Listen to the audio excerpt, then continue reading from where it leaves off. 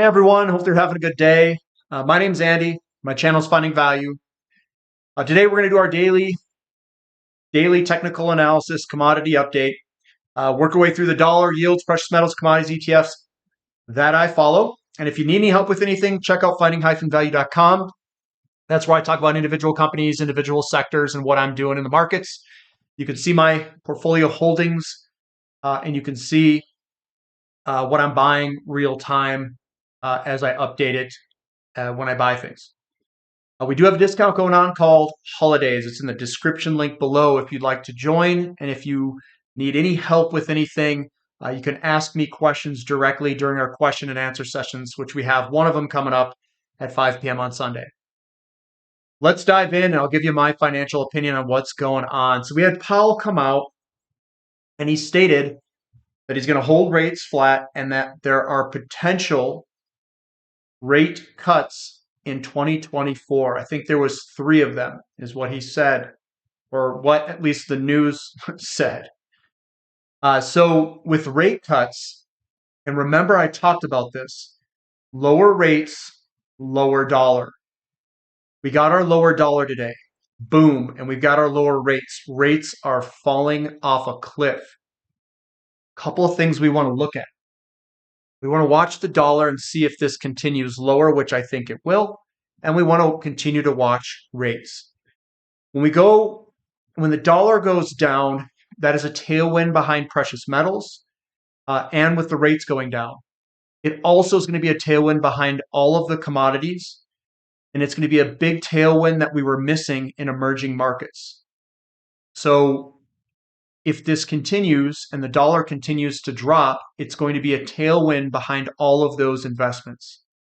It could be a massive tailwind.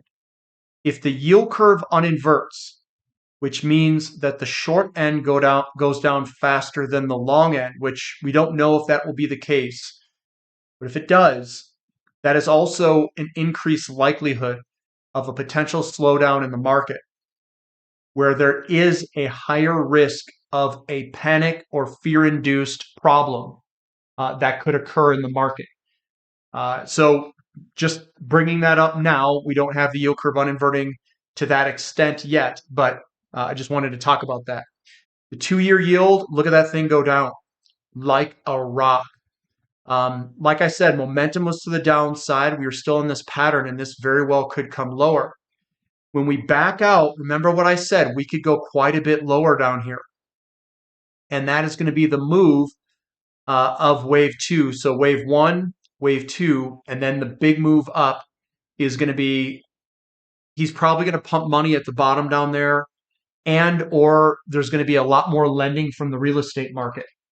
I don't know which one it is going to be yet, but that's the path. Gold and silver take off.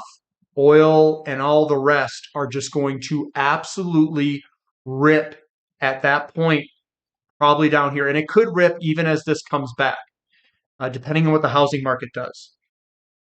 We've got the 10-year yield down 4% today alone. And again, I think we can get down to this 3.5-ish level down there. So yields are going to pull back here. And that's what the market was signaling it was going to do. And then the 30-year also dropping, and we could drop a good ways in the 30-year even, maybe even down here. And if you are looking at potentially buying a house or something, I would be looking now before they drop and then refinance down here. That's the way I would do it before the people just start jumping on a house quickly because rates come back down. If I could afford it, I would do it earlier and then refinance down here, but that's just me. TYX TNX ratio, it is increasing. You can see the big move up. So with lower dollar, lower yields, and the yield curve uninverting between the 30 and 10, that's going to be rocket fuel for gold. If we're at a very low level, and if this starts to come back up, it's going to be rocket fuel for gold. And perhaps even gold and silver mining companies. Bond prices with the yields dropping today, obviously, were very much higher. That's kind of expected, right? We came up, we did our retest, and here we are breaking to the upside. Even on the news always comes out later. So people were positioning for this. People knew this was coming. That's why they were positioning in bonds. And then the US 10-year, 2-year, 10-year, the 2 and 10s, it is uninverting today. Big bearish engulfing. We want to see if this will continue to uninvert. If this comes down, this is generally where you could have a potential problem, somewhere in this range when we uninvert. So we uninverted in August of 19, then we really took off February 20. This is the problem area. That's what we want to look for. We could see a problem area coming, and we could see a potential issue. Gold up $44 an ounce right now, and it looks good to continue higher. I do think that they probably pushed this lower, and they didn't want gold to be at 2,500 when they released this information. So I think they pushed it lower. That's my manipulation opinion. Silver up 4.5%. This looks good. I think they manipulated this lower because when they released this information, you could see the response. And they didn't want that to be breaking $30 an ounce, up here. When, because if they let this run, we would have been up here. And I think they did that because people were probably positioning as well in precious metals here.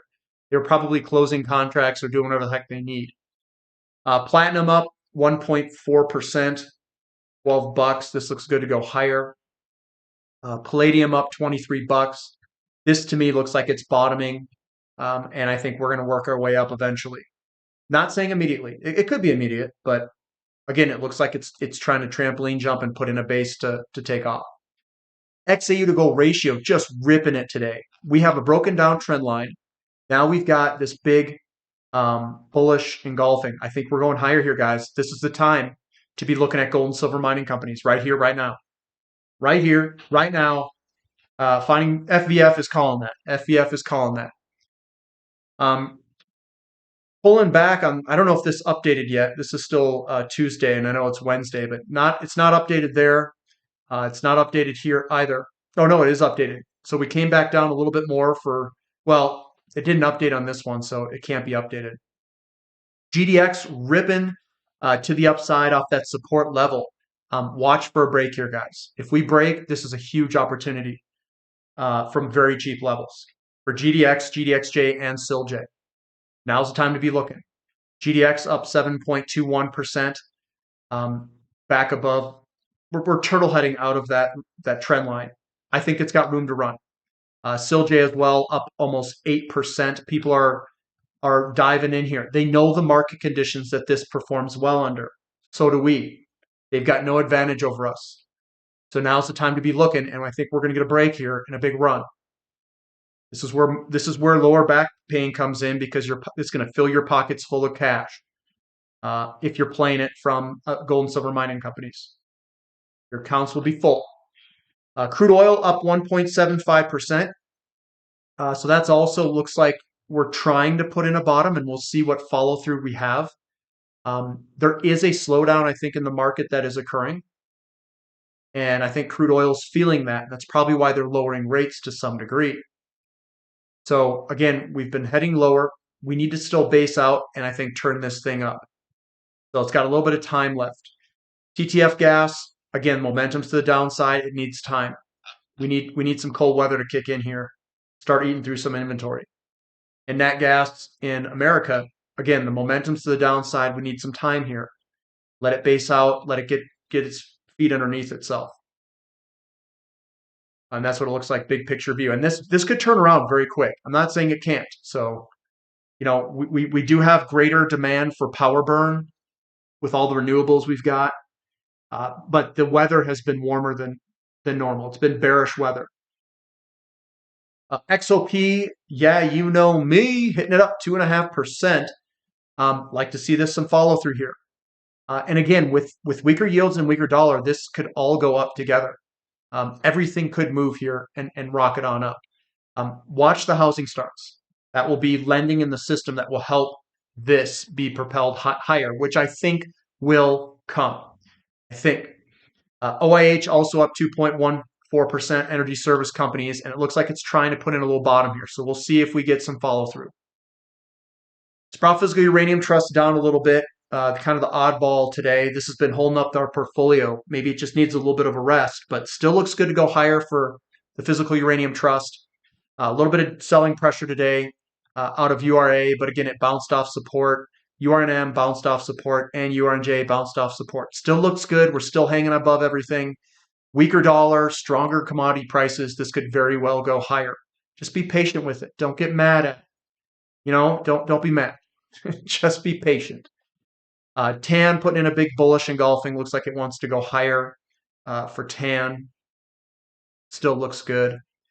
We've got COPX up 3.7, big bullish engulfing. Looks like it wants to go higher in the short term. Looks very good for copper. Lithium up 2.6%, bullish engulfing here and here. That looks good to go higher. So that looks good. We've got REMX, which is the rare earth metals, bullish engulfing here and pretty good one here. Looks like that wants to go higher. So that looks good with a broken down trend line. Very cheap down here, guys. Very good entry points for lithium and REMX. The S&P 500 continues to rip higher. Looks like it's going to try to go and rip through this trend line. So that's looking good. And the NASDAQ is ripping higher. Now, I'm not in these areas. The valuations just aren't good enough for me. So I'm over in all the commodity stuff. KRE ripping higher. This is a double bottom. And we have broken the, I don't know, it's not really the neckline, whatever you want to call this, the resistance line. And I think we're going to move on up.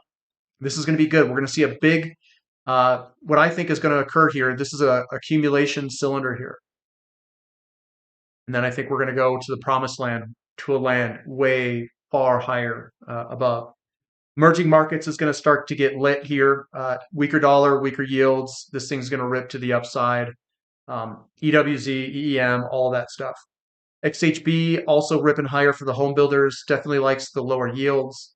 It's going to translate into lower mortgages. And this thing's also in a 1, 2, 3, 4, 5. And this is ultra strong, guys. We're going to go to the moon with home builders with the shortages that we have in the market.